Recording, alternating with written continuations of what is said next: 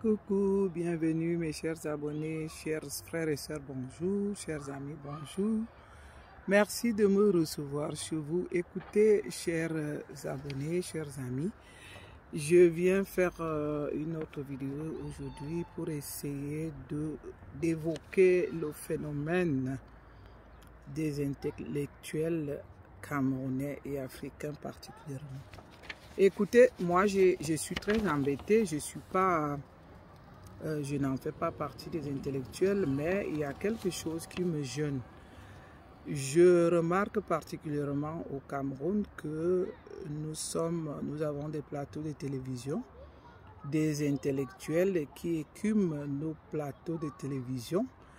Et le Camerounais lambda aussi, en longueur de journée, se vante d'être intellectuel et d'avoir des intellectuels. Je n'en disconviens pas, mais la question que je suis en train de me poser, n'avons-nous pas là les intellectuels de caniveau? Excusez-moi, c'est pas pour vous lancer des pics, c'est pas pour vous insulter, mais le vrai débat est dans le fait que si vous-même vous traitez les autres des illettrés, surtout nous en permanence, nous sommes traités des illettrés, les femmes des réseaux sociaux.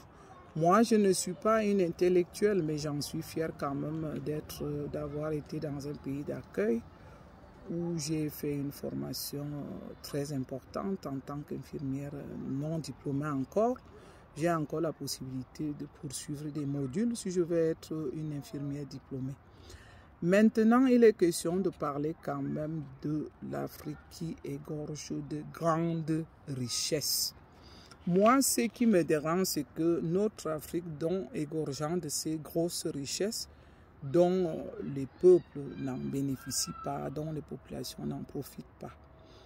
Nos intellectuels passent le temps à se vanter qu'ils sont intellectuels. Oui, moi je trouve qu'ils sont intellectuels pour discuter, pour le béaba, blablabla. Mais moi, où j'aimerais vraiment que nos frères nous prouvent qu'ils sont intellectuels. Comment est-ce que nos frères africains peuvent se vanter d'être intellectuels quand ils ne connaissent même pas quelle richesse nous avons? Quand ils ne maîtrisent même pas quelle quantité de richesses nous avons dans notre chère terre. Ce sont les Occidentaux qui après avoir fait l'exploration, qui doivent nous dire quelle quantité de gaz, du pétrole, du manganèse, etc. etc. Est-ce que cela n'est pas une honte pour nous? Parce que moi, je pense que, étant intellectuel que vous êtes, vous pouvez déjà vous constituer en intellectuel pour revendiquer à vos États. Parce que je sais que vos États ont fait cela exprès de ne pas avoir des écoles permettant à nos intellectuels donc d'avoir ce savoir. N'est-il donc pas possible que vous revendiquiez que nous ayons des vraies écoles de formation, des écoles dans le secteur du gaz, du pétrole, du manganèse et même de l'uranium, avec des instruments capables vraiment d'exploiter cela? Vous savez, tant que ce sont les Occidentaux qui vont venir après leur exploration nous dire quel genre de richesse nous avons dans nos chères terres, quelle quantité, et que en plus de cela, ce sont eux qui viennent encore négocier les prix. Non seulement qu'ils viennent nous imposer encore leur prix d'achat. Regardez par exemple la Côte d'Ivoire qui est le plus grand producteur du cacao. La population n'en bénéficie pas de cette matière première. ce sont les dirigeants et les Occidentaux qui viennent, explorer ça sur les lieux. Et pendant ce temps, le peuple, lui, il crève de misère. Moi, en tant qu'Africaine en tant que Camerounaise et Africaine, parce que je suis d'abord Camerounaise avant d'être africaine, moi, en partant de mon pays natal au Cameroun, je n'ai pas eu cette chance donc de faire des grandes écoles. Ce que je me pose donc comme question pour vous qui avez donc cette occasion d'avoir fait des grandes écoles, pourquoi vous ne vous constituez pas donc en comité d'intellectuels pour revendiquer vraiment des écoles ayant des formations appropriées dans tous les grands secteurs tels que je l'ai dit l'autre fois plus haut, du gaz, du pétrole, du manganèse ou de l'uranium, sans parler d'autres matières, je ne peux pas citer toutes ces matières ici. Vous savez, moi, je n'aime pas mélanger les pédales. J'ai comme impression que en Afrique et au Cameroun particulièrement, surtout au Cameroun, parce que moi, je connais un peu les Camerounais. Les gens ont tendance à mélanger tout.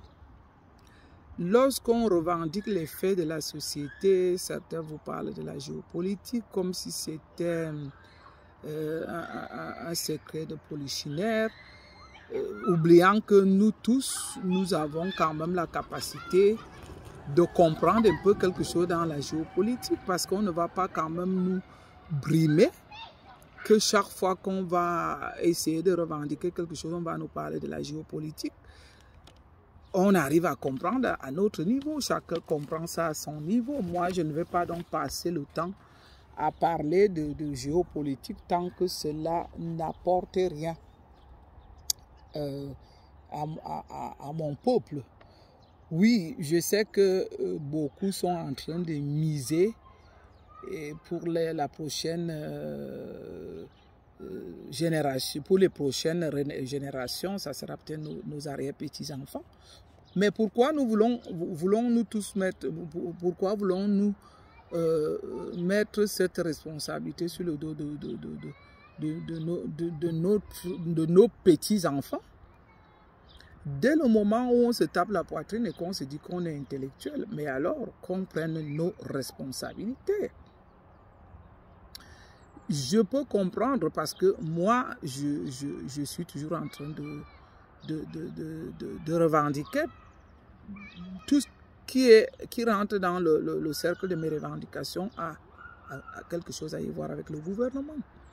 On peut imaginer que le gouvernement a fait exprès parce qu'il s'est arrangé certainement avec puisque la majorité des présidents africains sont des gouverneurs de l'Occident. Moi, je vous ai dit que je ne peux pas encore, ma chaîne est encore très restreinte. Je ne peux pas encore développer la politique étape par étape. Mais je commence quand même à en avoir marre parce que je suis la situation de ce qui se passe là-bas chez nos frères de l'Afrique de l'Ouest, dont j'en félicite beaucoup, dont j'en ai donné ma bravoure et que je peux dire seulement que ça continue comme ça, restez serein, restez fort. Nous sommes il y a d'autres peuples qui vous soutiennent, moi particulièrement, je vous soutiens à 100%. C'est pour vous dire, allez de l'avant. Et c'est aujourd'hui même que j'ai aussi fait une autre vidéo où j'ai dit que là, je reconnais la force. Et ça me fait sourire. Je reconnais la force, je reconnais la capacité. Mes frères de l'Afrique de l'Ouest sont garçons. Là, je vous dis, je peux vous l'assurer, vous êtes garçons assurés. Et pour rigoler, je l'ai dit sur une autre de mes vidéos que Là, toutes les jolies femmes de l'Afrique iront chercher garçons en Afrique de l'Ouest. Oui, en Afrique de l'Ouest, au Niger, au Mali, au Burkina Faso et les autres. Parce que là-bas, garçon n'est pas seulement garçon qui revendique d'être intellectuel, garçon qui parle de son parcours académique en gonflant sa torse. Non, nous, on veut garçons puissants qui agissent sur le terrain. Alors, Madame Rosie vous soutient, Madame Rosie est derrière vous, Madame Rosie vous félicite, Madame Rosie vous dit bravo. Je vais donc revenir là à mon sujet principal pour poser la question à mes intellectuels camerounais. Qu'en faites-vous de votre grand rang académique? Est-ce que vous ne pensez pas que tant que vous ne vous ne créez pas des communautés, des comités d'intellectuels qui vont jusqu'à la tête du pouvoir revendiquer votre savoir, votre connaissance, parce que là, j'ai comme impression qu'ils vous ont fait faire un savoir qui est juste pour la tête, pour réciter tout ce que vous avez appris, parce que vous le faites très bien. Je reconnais que vous le faites très bien. Parce que si on écoute le Cameroun est l'un des pays d'Afrique les mieux placés pour discuter, pour faire je vais dire, des émissions pour intellectuels. Je ne veux pas citer les noms des télévisions qui en font des débats. Alors moi, excusez-moi, ce n'est pas pour vous indexer. Je trouve que vos débats sont beaucoup plus dans vos têtes. Vos débats font un son pour le blablabla, mais vos débats n'apportent rien sur le terrain. Et je vous l'assure, vraiment rien et absolument rien sur le terrain.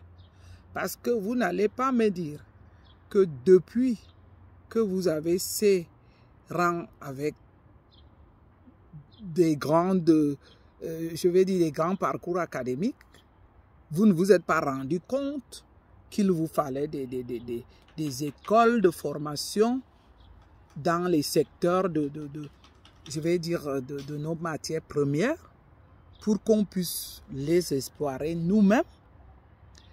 Tant que vous ne l'avez pas compris et que c'est les Occidentaux qui viennent à votre place explorer ça. Après exploration, vous n'êtes même pas au courant de ce que ça donne. J'ai écouté un autre qui nous parlait du pétrole du Cameroun qui était géré par le président de la République et que ça ne bénéficiait pas au peuple et aux populations. Mais comment voulez-vous que, si vous, qui vous dites intellectuel, vous n'avez aucune idée? Faites-nous le bilan clair.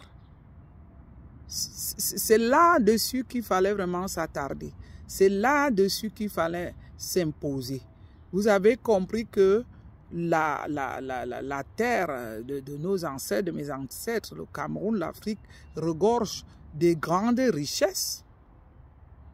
Et c'est là-dedans que vous aurez pu vraiment insister là-dessus pour savoir quelle est la quantité de nos richesses.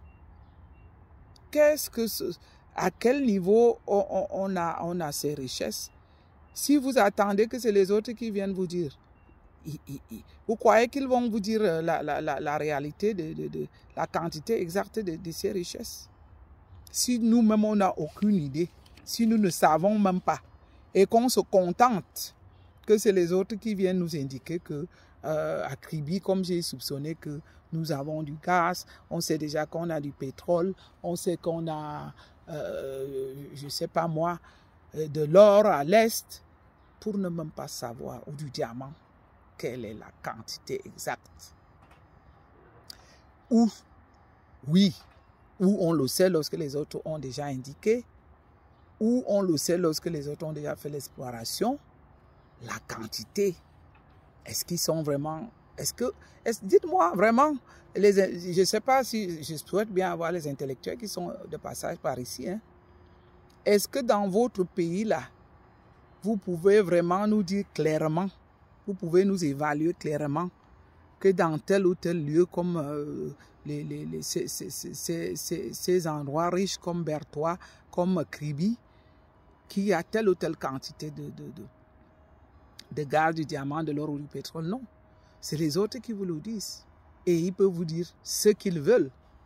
Est-ce que vous arrivez à prouver cela pour alors gonfler vos torses tous les jours? Le Cameroun regorge d'intellectuels. On écoute ça par-ci et par-là, tous les jours, le blablabla. Oui. Tout le monde peut faire le blablabla, hein, parce que vous savez, me voilà moi-même, me voici moi-même qui peut aussi venir vous le faire ici. Mais alors, après l'avoir fait, ça fait quoi?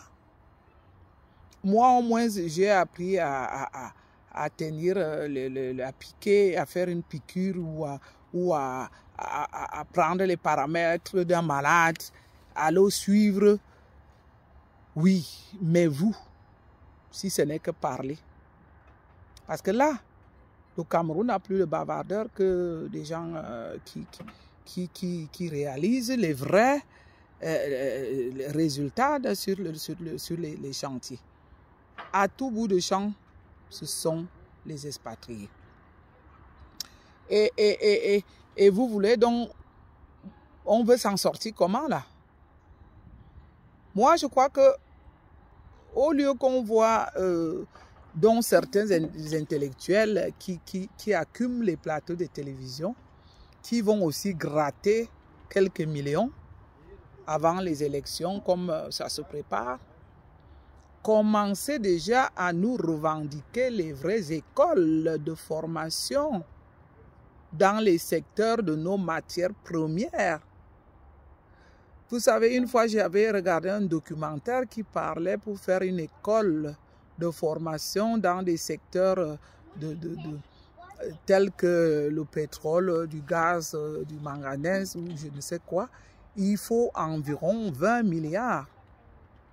20 milliards, c'est qu'un ministre détourne dans mon pays comme si de rien n'était. Comme si de rien n'était, la vie continue. Jusqu'à quand vous allez continuer à tromper le peuple comme ça? Jusqu'à quand vous allez continuer à rouler les gens dans la farine comme ça pour chaque fois venir faire du blablabla? Oui, là, nous ne sommes même pas à la tombée de la nuit, mais ça ne fait rien. Moi, je vous ai toujours dit que c'est le message que je vais passer qui compte. Ce n'est pas pour que, si j'avais voulu avoir beaucoup de clarté, j'aurais décapé la peau comme tous les autres. C'est pas ça qui est c'est pas ça c'est pas ça qui m'intéresse. Donc, il faisait très très chaud. Maintenant, le vent souffle un peu et je me suis dit, je profite de ce vent pour vous faire ce coup de gueule là, dehors. C'est donc l'heure à l'invitation à tous mes intellectuels camerounais là, particulièrement, et africains en général, de commencer à faire des comités d'intellectuels pour revendiquer des vraies écoles de formation dans les secteurs avec je vais dire des matériaux professionnels qui vont vous permettre donc d'évaluer la quantité de richesses que nous avons dans nos terres riches, dans nos territoires riches. Moi, je ne veux pas quitter dans mon domaine où je fais des piqûres, où je fais des paramètres, puisque je ne me suis jamais inventé comme intellectuel. Hein. Je vous prends là au mot, je vous lance au défi. Parce que si on écoute ça par-ci et par-là, le Cameroun a des intellectuels, le Cameroun a des intellectuels, et que le Cameroun est en train de mourir dans tous les domaines. Dans tous les domaines. Pas d'infrastructure. Vous vous rendez compte? Oui, vous allez me dire que vous avez donc des ingénieurs pour faire les travaux publics. Mais moi, d'après ce que je suis tous les jours, les grands travaux tous les contrats de travaux publics sont attribués aux Occidentaux comme d'habitude. Quand bien même on va donner un marché de sous-traitance, ça sera donné à la femme du ministre des Travaux publics, que je n'ai pas non plus envie de citer ici, parce que moi je continue à le dire. Donc je vais prendre quelques secondes encore pour me présenter que je suis Madame Rosie, celle-là même qui fait des contenus riches. J'ai fait le blog YouTube pour parler des faits qui minent ma société. Et là, le fait dont je viens réclamer aujourd'hui mine ma société. Le Cameroun ne peut pas regorger de toutes ces richesses, sans qu'on ait donc nos intellectuels qui sont sur le terrain, qui peuvent les explorer. Donc, venez vous abonner nombreux sur la chaîne de Madame Rosie. Et si vous avez aimé après la vidéo, faites des likes. Vous savez, les Madame Rosie comme ça, c'est nous qui prenons le relais. Parce que ce que vous ne savez pas, c'est que la chaîne, notre chaîne nationale là que vous avez, est-ce que vous allez voir un jour la chaîne nationale que nous avons au Cameroun venir revendiquer quelque chose? Ah non. Cette chaîne-là, pour ceux qui passent le temps à dire que « Ah, moi, je ne regarde pas les réseaux sociaux, je ne connais pas ces choses-là. » Vous croyez que nous, comme ça, on n'a rien à faire? Nous sommes des responsables. Moi, je travaille. Et comme là, maintenant, je vais regarder l'heure, je suis à 20h, je pense 20h20 du soir. J'ai déjà fait à manger à mes enfants. Avant de les mettre au lit, je viens faire un coup de gueule. Et je vais vous dire encore que ce n'est pas notre chaîne nationale là qui va venir revendiquer les intellectuels qui sont actifs sur le terrain, parce que notre chaîne nationale, c'est la chaîne de l'État. Celle-là même qui s'assoit sur tous les dossiers, celle-là même qui rend les Camerounais idiots, celle-là même qui cache tout ce qui est à l'avantage des Camerounais, celle-là même qui ne veut pas que les Camerounais soient informés des faits qui minent la société. Puisque la chaîne nationale du Cameroun est là pour la propagande des dirigeants. La chaîne nationale de notre pays est là pour défendre les intérêts de l'État. Arrêtez donc de dire tous les jours que vous ne regardez pas les réseaux sociaux. Quand on a une vidéo comme celle-là où je m'interroge pour demander aux intellectuels camerounais à quel moment serez-vous actifs sur le terrain, quand vous êtes incapable de maîtriser les richesses de nos sous-sols, quand vous n'y comprenez rien comme nous autres comme ça, parce qu'avant de m'attaquer, vous nous traitez d'illettrés. Ah non, je ne suis pas illettré, moi je suis lettré à mon niveau. Parce que tout le monde ne pouvait pas faire l'académie jusqu'à... J'ai suspendu ça à un niveau dans mon pays de naissance. Mais mon pays d'accueil m'a valorisé. Mon pays d'accueil m'a valorisé parce que ça m'a donné une formation. Et dans cette formation, non seulement que je l'ai fait en allemand, ça a abouti à quelque chose qui est né d'une assistante en soins communautaires, comme je vous dis, qui est l'équivalent d'une infirmière non diplômée. Et si ça ne négocie pas, moi, vous savez combien de fois j'ai dû reprendre les modules? Ah oui, même quand j'avais, qui me manquait un demi-point, il fallait recommencer un module à 0. Parce que là, ici, ça ne rigole pas. On voudrait que, en faisant une faute professionnelle, les fautes professionnelles ici sont encadrées. Lorsqu'on sait qu'on a fait une faute professionnelle et qu'on a essayé de réunir tout ce qui était dans le domaine comme moi de ma formation et que ça a été comme par malchance. Parce que si j'essaye de mobiliser un malade et que je lui donne les médicaments et que je l'allonge quelque temps, parce que je ne peux pas aussi rester toujours à côté de ce malade. Parce que j'estime au moment que ce malade ne court pas un risque. Et que par hasard, ce malade, alors même que je lui ai donné des instructions, par exemple, de rester couché, de ne pas se lever, et que ce malade, par hasard prend le risque de se lever et que ce malade chute. Oui, ça sera une faute qui est professionnelle parce que c'était pendant le service.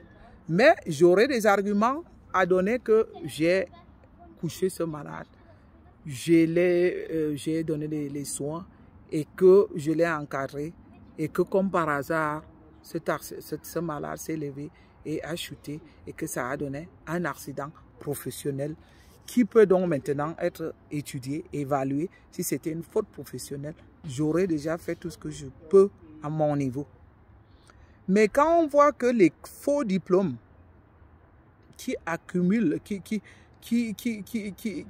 sont les faux diplômes que les gens qui ont dans notre pays, on ne peut pas s'en sortir comme ça, comme je l'ai dénoncé à Douala l'autre fois. Une dame qui a perdu la vie parce qu'elle a été accouchée dans une clinique bidon où le médecin a pris fuite.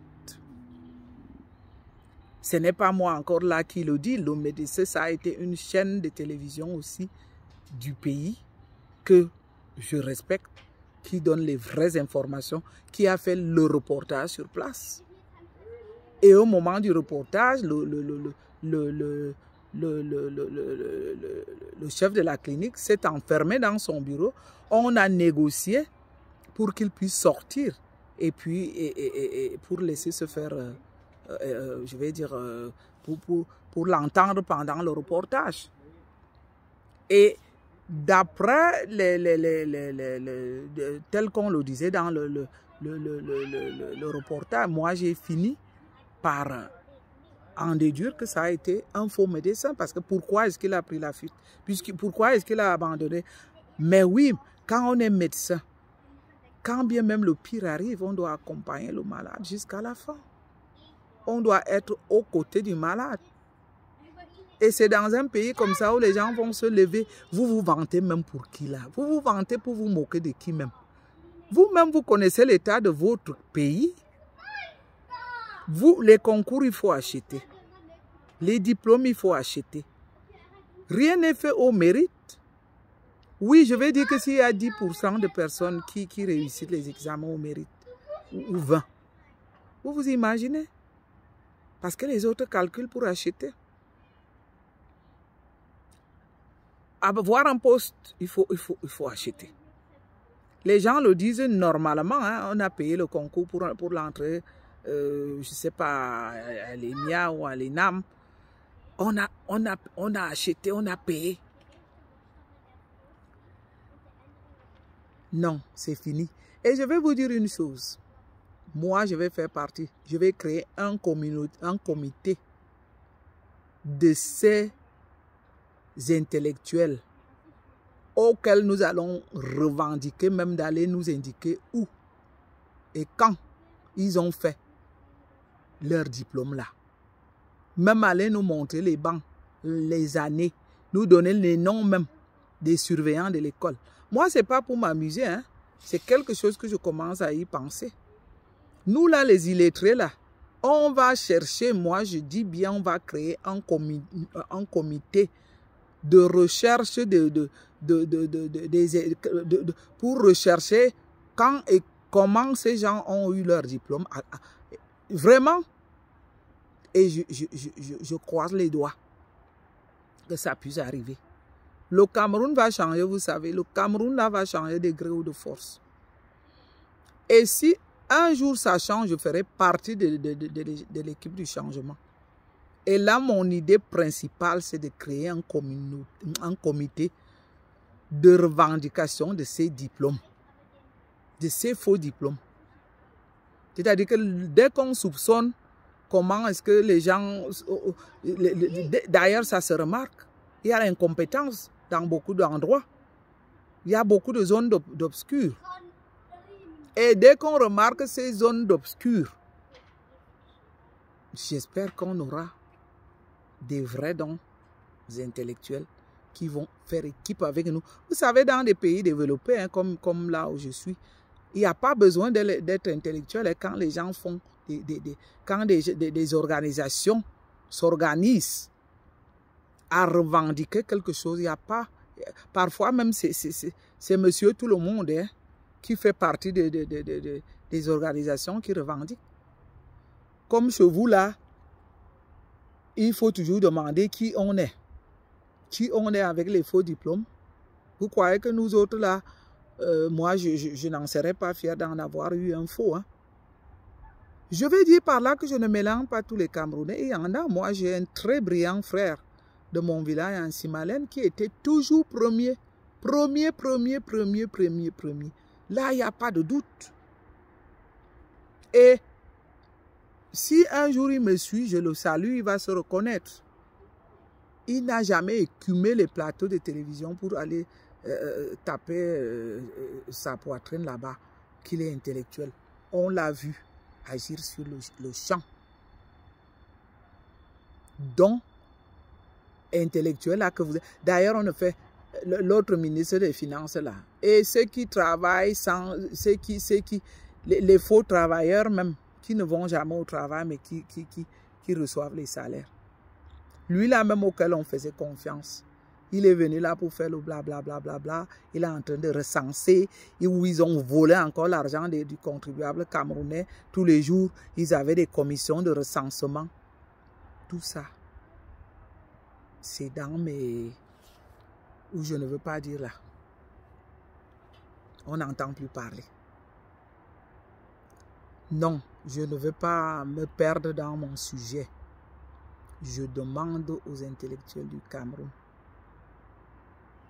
que faites-vous avec tous les diplômes que vous avez dans vos tiroirs, que vous avez dans vos classeurs? Je demande, je pose la même question aux intellectuels africains. Est-ce que vos diplômes sont seulement des diplômes de décoration ou des diplômes de vantardise pour venir accumuler les plateaux de télévision? Nous aimerions vous voir agir sur le terrain. Venez sur le terrain, exploitez vous-même nos richesses. C'est trop tard maintenant parce que vous n'avez même pas pu faire ces écoles. Mais revendiquez cela au nom donc des intellectuels. Revendiquez les écoles de formation dans les domaines de nos richesses, dans les secteurs de nos richesses. Comme ça, vous allez les exploiter vous-même. On en saura la quantité et on pourra nous-mêmes aussi imposer les prix.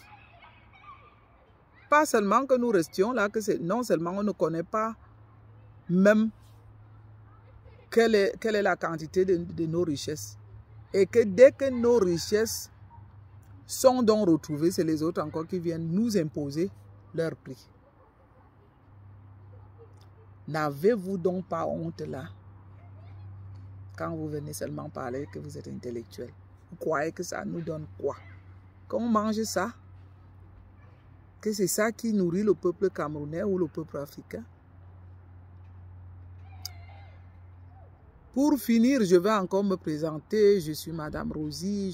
J'ai fait un blog YouTube pour parler des faits qui minent ma société. Je suis contre l'injustice. J'ai une chaîne YouTube qui a des contenus riches. Je ne parle pas de qui a couché avec qui, avec quoi. Je ne suis pas là pour venir parler je ne sais pas, de venir vendre le rêve. Je parle des faits qui minent dans ma société. Donc, les gens comme nous, comme ça, nous allons vous pousser, vous les intellectuels, à donc à prendre vos responsabilités. Abonnez-vous nombreux sur la page YouTube de Madame Rosie pour le peuple qui veut connaître les vrais contenus, pour le peuple qui doit comprendre pourquoi ça ne va pas, pour le peuple qui est assoiffé du changement. Abonnez-vous sur ma page YouTube, sur le blog YouTube de Madame Rosie. Je vais essayer chaque fois, dès que j'ai un fait, parce que je voulais vous dire tout à l'heure que si j'avais allumé ma caméra, c'était par rapport à la mort de Martinez Zoro. Donc je profite encore de l'occasion là tout à l'heure pour revendiquer cette justice. Aujourd'hui, j'ai entendu par une chaîne du peuple que un de ces présumés, ils disent d'un présumé coupable, innocent, moi je pourrais dire un présumé coupable, dont il paraît qu'il s'est fait interroger aujourd'hui. Vraiment, je supplie encore mes autorités camerounaises de ne pas jouer avec la mort de Martinez Zoro. N'essayez pas encore de profiter sur la mort de Martinez Zoro. Moi, dans ma façon de raisonner là, en tant qu'adulte de mon âge, je suis en train de me poser la question si vous n'êtes plus là encore en train de vouloir profiter de vos positions politiques par rapport à cette mort de Martinez Zoro. J'ai entendu sa sœur aujourd'hui parler, qui disait qu'elles n'ont même pas accès à la suite de la justice, qu'elles n'ont pas encore, que la famille n'a même pas accès aux informations. Est-ce pas une autre façon là encore de tuer Martinez Zoro une deuxième fois et d'enfoncer vraiment encore sa famille? Oui, à l'époque, quand on venait revendiquer la mort de Martinez Zoro, beaucoup s'appuyaient sur la géopolitique. Comme si c'était, comme je l'ai dit, un secret de polichinelle. Moi, j'arrive à comprendre ce que c'est que la géopolitique à mon niveau, mais ce n'est pas ça qui m'intéresse. Il est question maintenant que Martinez Zoro a été assassiné de façon sadique, diabolique, satanique, avec des sévices inhumains. Nul ne mérite de se faire assassiner de cette façon. C'est la raison pour laquelle j'ai allumé ma caméra pour revendiquer l'assassinat de Martinez Zoro. Et dès le moment où je l'ai dit, j'ai remarqué que les Camerounais étaient égoïstes, insouciants. Étaient des gens qui se contentaient de leur petit bien-être. Je vais continuer à leur dire les gens égoïstes. Dès qu'ils ont leur bien-être, il y en a, dès qu'ils ont leur bien-être, ils sont contents. D'autres qui profitent de leur petite position. Vous allez tous crever un jour et laisser cet argent. Vous allez tous crever, je vous le dis, croyez-moi. Vous êtes aujourd'hui en train de vous accrocher à vos petites positions que vous avez dans le domaine politique. Mais vous allez laisser tout ça un jour. Je pense que ceux qui laisseront des gros noms sur cette terre, c'est ceux qui ont lutté pour les bonnes causes. C'est ceux qui ont osé oublier le profit matériel, qui ont pris la position pour les êtres humains, surtout quand ils sont assassinés de cette façon diabolique. Donc, je vais terminer cette vidéo tranquillement pour encore revendiquer la justice pour Martinez Zoro. J'ai encore dit sur la vidéo de la journée, stop à la guerre du Nozo. Je revendique aussi la justice pour tous ces morts du Cameroun, comme les Sami le Noir, dont on n'a pas encore la justice. Je continue à espérer qu'une fois, les gens vont prendre la position des êtres humains et essayer de mettre le matériel de côté. Un jour, se mettre seulement à la place des êtres humains et se dire que Ce qui arrive aux autres peut nous arriver à n'importe quel moment. Donc, je vais vous dire tranquillement au revoir. C'est pour mes abonnés que je fais ce sourire. Merci pour ma communauté qui est très bien élevée. Je vous respecte, je vous en félicite. Oh non, j'allais oublier parce que pour chaque vidéo, je dois encore toujours saluer la bravoure de mes frères du Niger. Je salue ce grand peuple. C'est le grand peuple de mes ancêtres. Je vous dis bravo. Allez en avant. Ça, c'est la bonne nouvelle de la semaine. Tenez bon. Cette bande de gens qui veulent venir perturber le peuple, ils n'ont pas remarqué que le peuple est du côté de ceux qui ont choisi de déloger le gouverneur des autres là, de l'autre pays là où je ne veux pas citer le nom. Au nom de quoi même?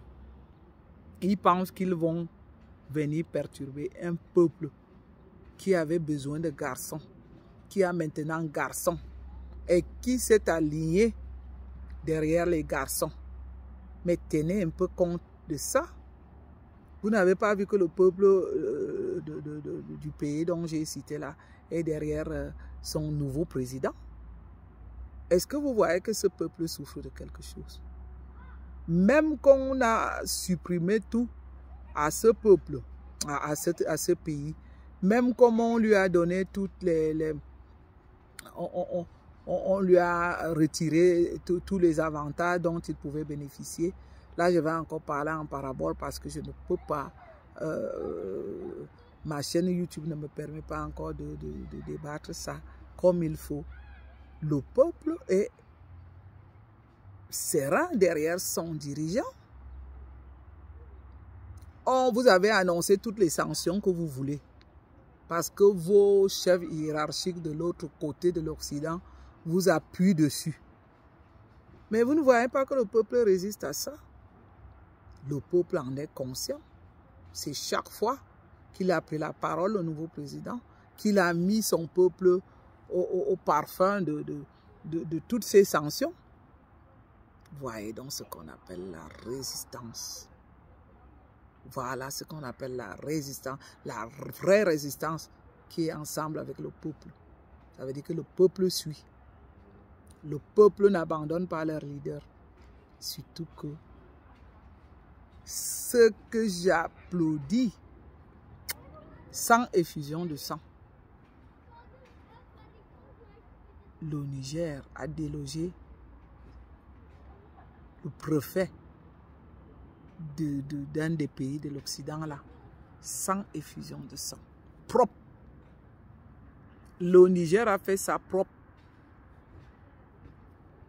Bravo, bravo le Niger. Je dis bien que si j'étais jeune fille, c'est là-bas que je viendrais chercher garçon. Malheureusement, je suis déjà une maman engagée dans son ménage, dans son foyer. Mais je sais que toutes les belles jeunes filles de l'Afrique qui me suivent, vous là au Cameroun, vous risquez d'avoir chaud. Hein? Parce que là-bas, vous parlez plus que vous agissez.